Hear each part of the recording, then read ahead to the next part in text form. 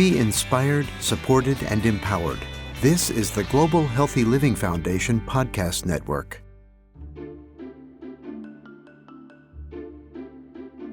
You're listening to Healthcare Matters, the podcast that breaks down the healthcare policy and economic issues that matter most to patients. With us is Dr. Robert Popovian from Washington, D.C. He is a pharmacist, an economist, and Chief Science Policy Officer at the Global Healthy Living Foundation.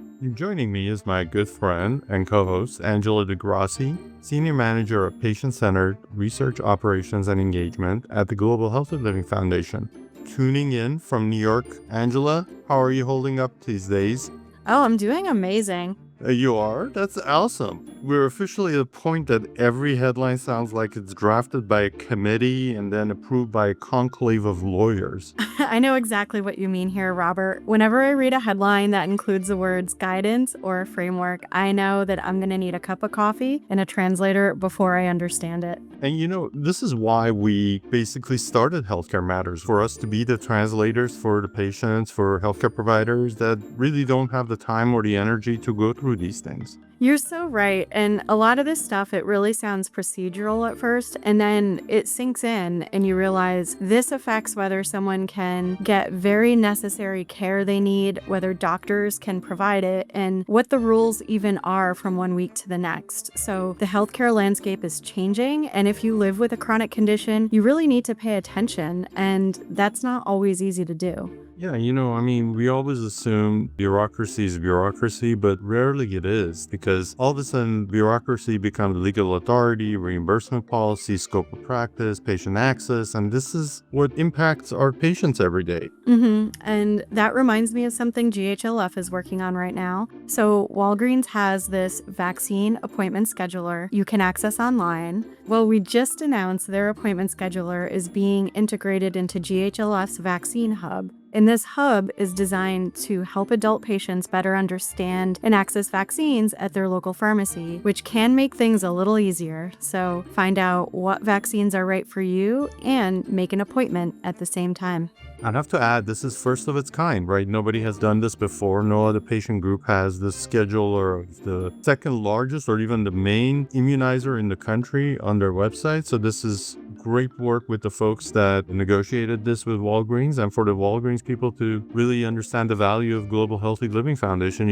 Adult patients prefer pharmacy and pharmacists for their immunizations. 9 out of 10 adults get their vaccination by a pharmacist. So access is shaped, as we know, and we've discussed it in the past on this podcast, based on scope of practice laws in the states and changing guidance and so on. So hopefully we'll get into that in today's conversation. And here's the thing. On one hand, GHLF is building tools and collaborations to make vaccine access clearer and easier. And that's good news, right? But on the other hand, the policy environment around vaccine recommendations is becoming more unstable. Yeah, and uncertainty seems like it's okay, but not in healthcare, right? The uncertainty just doesn't stay in Washington. It comes down to the state level and moves quickly through state laws and pharmacy access and payments. And as I mentioned, majority of adults want to get their vaccinations in a pharmacy.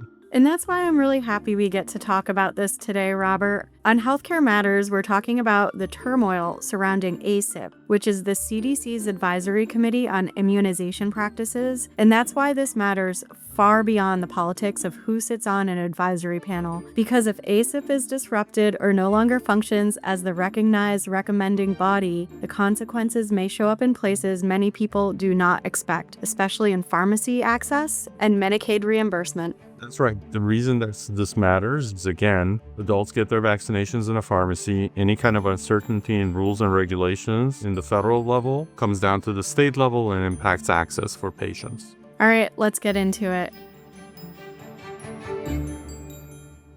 I want to start with the big picture. For people hearing all this and thinking, this sounds like a secret code, or if you're into sports, inside baseball, what is the part that they should actually care about? So the part that they should care about is that ACIP recommendations are not just scientific guidance sitting on a shelf. They are built around legal and operational framework of vaccination in the United States. They influence who is authorized to administer vaccines and what gets covered and how much do patients end up paying for. So when the uncertainty takes place, the issue is not simply who is on the committee. The issue is whether the healthcare system has recognized pathways to turning vaccine science into patient access. If that doesn't happen, who cares that we have these great vaccines? Patients are not going to be able to get it. Right. Okay, so help me connect the dots here. How does an advisory recommendation turn into whether a pharmacist can actually give someone a vaccine?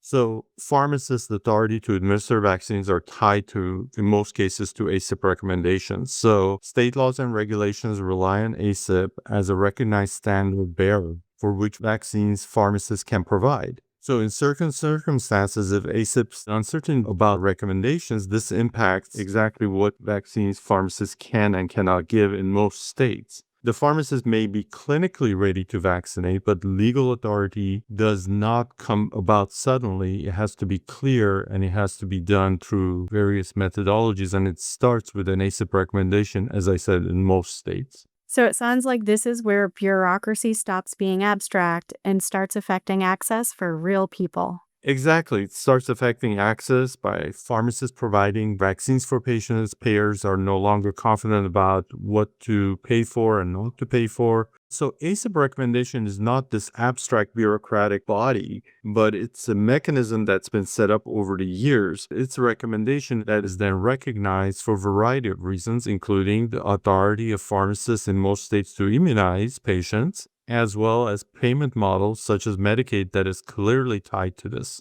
Okay, you're a good translator, Robert, and I'm glad we're having this conversation. So, you've been especially focused on why this matters so much for adults. Why is the adult vaccine side more exposed here than people might think? Well, the reality is that vaccines for adults primarily are provided in a pharmacy by a pharmacist. As I mentioned, 9 out of 10 vaccines given to adults is provided in a pharmacy by a pharmacist. So any kind of disruption into the mechanism of action with regards to having an ACIP body that creates recommendations, then that trickles down to the state level where it's adopted by the state law that then is authorizing pharmacists to be able to immunize. Any kind of disruptions and uncertainty will hinder the ability of the patients to access. In the pediatrics, majority of the vaccines are given by pediatricians in their offices, and although most pediatricians are not bound by ACIP recommendations, they still look at ACIP as a body that creates certainty for them to give certain vaccines and provide a schedule of vaccines. But legal authority, pharmacists in most states require the ACIP recommendations for them to be able to immunize. Okay, interesting. Let's focus on how this affects real life. Help me understand if ACIP is disrupted, what does that look like on the ground for a pharmacy or a patient? We went through this last year. COVID vaccine was approved by the FDA. ACIP, which is a CDC recognizing body, was dragging its feet, wasn't providing guidance with regards to the COVID vaccine. What happened is that patients showed up in the pharmacy, wanted the latest version of the FDA-approved COVID vaccine. Pharmacists were hesitant to provide it, or in most cases were unable to provide it because of state laws that regulate their practice. Patients started calling the politicians and policymakers, and what ended up happening is that we had a scramble at the last minute for many states to pass proclamations or regulations to bypass ACIP and provide guidance to pharmacists to be able to immunize patients with the COVID vaccine. Now, that lasted only about a month because soon the ACIP came about, they recommended the COVID vaccine for patients, and everything went back to normal again. But during that 1 month period or few weeks period that we had this uncertainty, states had to step in. There was a lot of chaos. And not all the states did it too, by the way. It was certain states that the governors were very active in taking the bull by the horn and trying to fix the issue, but not all the states did it. So this is the practical reason why we need an ACIP recommending body, especially for these seasonal vaccines. So, what's going on with ACIP this year? Be our translator. So, Angela, there's also this other issue of lawsuits that are going on. Secretary Kennedy took over as HHS secretary, appointed a bunch of unqualified people on the ACIP board. Bodies such as American Pediatric Association filed lawsuit, and the judge in Massachusetts decided that they had merit on their lawsuit and disqualified and disbanded the ACIP as it existed with all of these unqualified people who were on it. What he said was that we will go back to the recommendations before Secretary Kennedy took over and started recommending these individuals to be on the ACIP board, which is fine. It's fine for most vaccines because most vaccines are one and done. You get the vaccine approved, you get a recommendation, and they carry on year over year, except when there are changes that may happen periodically. But that's not the case with seasonal vaccines. Now that the government has gone back and appealed the case, this uncertainty continues to go on because instead of saying the body doesn't exist anymore, we're going to go back to the recommendations, and then the secretary has to appoint new appointees and so on and so forth. This stay and the appeal by the government now is going to drag this on longer. This is, again, fine for most vaccines, but not necessarily seasonal vaccines that require an FDA approval and a recommendation on an annual basis, such as COVID and flu. Okay, and now that the government has appealed, while the stay remains in effect, does that just extend the uncertainty for states, pharmacies, and payers? Exactly. Uh-huh. Exactly, Angela. And that's a problem. The lawsuit was filed. The judge rightfully sided with the plaintiffs. And now that the judge has basically said those appointees don't count, we're going to go back on the version that was prior to Secretary Kennedy starting to dismantle ACIP and putting new appointees that he's in favor of. The problem is now that the stay has been put and we're going back, the government is appealing it. So this fight is going to drag on even longer. So we're in May now. Flu season starts in September, October as the kids go back to school. It takes time. Remember, there's a two-pronged process, right? There's an FDA approval that needs to happen with the new formulations for both the flu and the COVID vaccine. And then there's the ACIP having to recommend these vaccines over again. These takes time. So again, we're not in a significantly dire situation yet, but depends on how long this appeal goes on and the dragging of this lawsuit goes on. And it creates more uncertainty, as we've talked about. Right. And just to be clear, all states are not feeling this equally, right? Exactly. And remember what I said last year, what happened with COVID, some of the states stepped up, some of the governors stepped up, and they passed regulations or proclamations saying, we're going to recommend this COVID vaccine, the new vaccine that was out, that the pharmacists can now administer these vaccines in the pharmacies.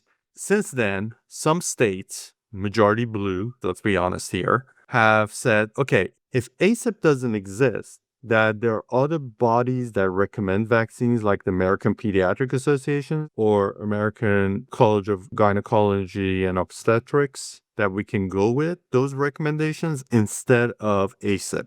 But these are all blue states, right? So half the country is okay, but what about the other half? And that's the problem. Right. And the concern is not just legal authority, it's payment too, especially in Medicaid. Look, it boils down to payment all the time, right? So we did a study with IQVIA, GHLF did one a few years ago. I was one of the co-authors of the study, and we found that payment, especially Medicaid, is very sensitive. If you don't pay providers enough, the vaccination rates actually go down. And in every state, payment for Medicaid is tied to an ACIP recommendation. So if ACIP recommendation doesn't exist, especially for the seasonal vaccines that I've been talking about, then Medicaid doesn't pay for it. There's no access for our most vulnerable patient population. So it creates this whole issue of then underserved communities not having access to flu vaccine and not having access to COVID vaccine. So it's a mess. Yeah, sounds like it. And I want to make sure I really understand this issue. This becomes a delivery problem and a financing problem at the same time, right? Exactly. Because remember what we talked about. 9 out of 10 adult patients go to a pharmacy to get their immunization from a pharmacist. The majority of states, authority of the pharmacist to immunize is tied to an ACIP recommendation. Almost in every state, Medicaid reimbursement for immunization, especially for flu, is tied to an ACIP recommendation. So if ACIP doesn't exist, you're going to create some problems, or there's uncertainty about ACIP, especially with these seasonal vaccines. Now, again, Some states have had workarounds, right? We talked about recommending bodies other than ACIP that the state can go with, but not all the states. So we're disenfranchising half of the country, basically.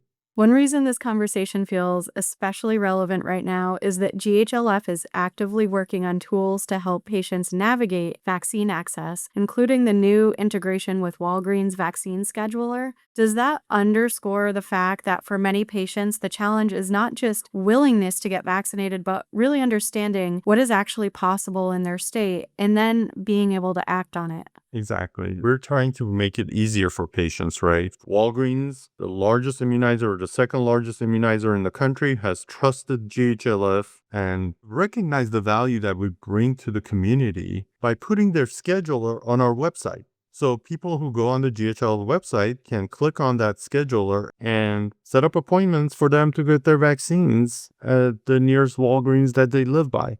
So we're trying to make it easier while the world outside is churning. And the churning is because Secretary Kennedy appointed the wrong people. People were biased against vaccines on committees that recommend vaccines. There's churning because of the lawsuit filing, the stay by the judge, the appeal by the government. So all this uncertainty and everything else is creating a chasm in the states that now have to act. Now, again, can states act and bypass ACIP? Absolutely, they can do that. Is every state going to do that? Not according to what we saw last year with the COVID vaccine. So fasten your seatbelts. Good times are coming. So it sounds like that website with the vaccine scheduler is like the calm in the storm. It's evidence-based information and the convenience of having the scheduler right there. That's exactly it. We're trying to reduce ambiguity and reduce barriers for patients to access vaccines with our partnership through Walgreens, which is super important. Meanwhile, there are policies and policymakers and policy bodies and regulatory bodies out there that are changing and there are lawsuits being filed. To be honest with you, Angela, this all started with an administration, a secretary who was appointing people who were unqualified to be on the ACIP body. And all of a sudden, he was called out by this lawsuit, and the judge agreed. Right. So the bigger issue here is not just vaccines, but it's governance. Exactly. And for us to be able to function normally, for the adult patients to be able to go to a pharmacy and get their immunizations by a pharmacist and not reduce patient access, we need to make sure that we have bodies that are able to recommend vaccines on a timely basis, so we don't have this uncertainty where the pharmacists don't know whether they can vaccinate based on authority. When physicians are not seeing recommendations by ACIP, they're somewhat reluctant, even though they're not bound by law to have an ACIP recommendation for them to immunize. Yeah, and this is where your point really lands. People may hear ACIP and think this is a committee problem, but in reality, it can become a patient access problem super quickly. Exactly. And when you have 9 out of 10 adult patients getting it through the pharmacy by a pharmacist, and in majority of states, pharmacist authority is tied to an ACIP recommendation, then you are creating a access problem. Robert, thank you for breaking that down for us and translating this information so well so that we can understand. Before we wrap up, I want to give you the last word. What is the one takeaway you want patients, caregivers, and healthcare professionals to remember from this conversation?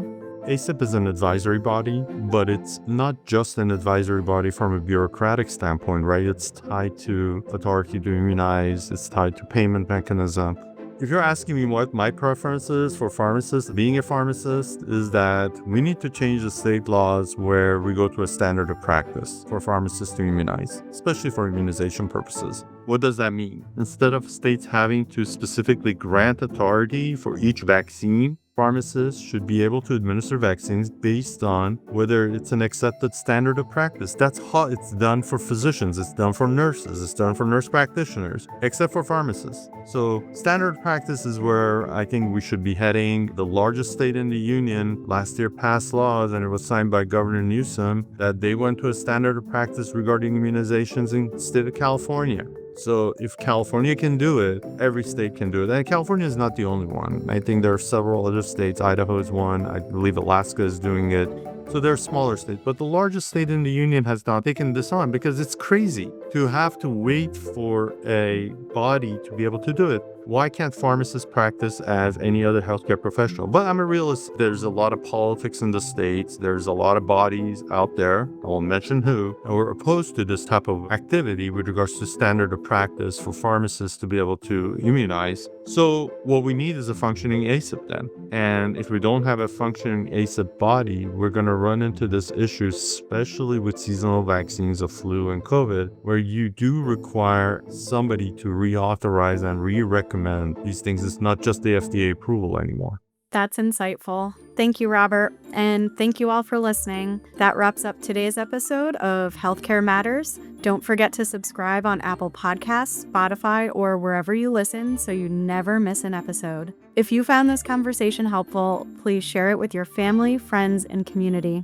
If you have any questions, thoughts, suggestions, we're always listening. Our ears are burning. Angela and I are always interested in your thoughts and comments. We'll bring you on if it's a great idea, but we will definitely listen. If you have any thoughts about what you want us to cover, please email us at podcasts@ghlf.org. We'd love to hear from you. And be sure to check out the rest of the GHLF podcast network at ghlf.org/listen. He's Dr. Robert Popovian. She is Angela Degrassi. We'll see you all next time. Be inspired, supported, and empowered. This is the Global Healthy Living Foundation podcast network.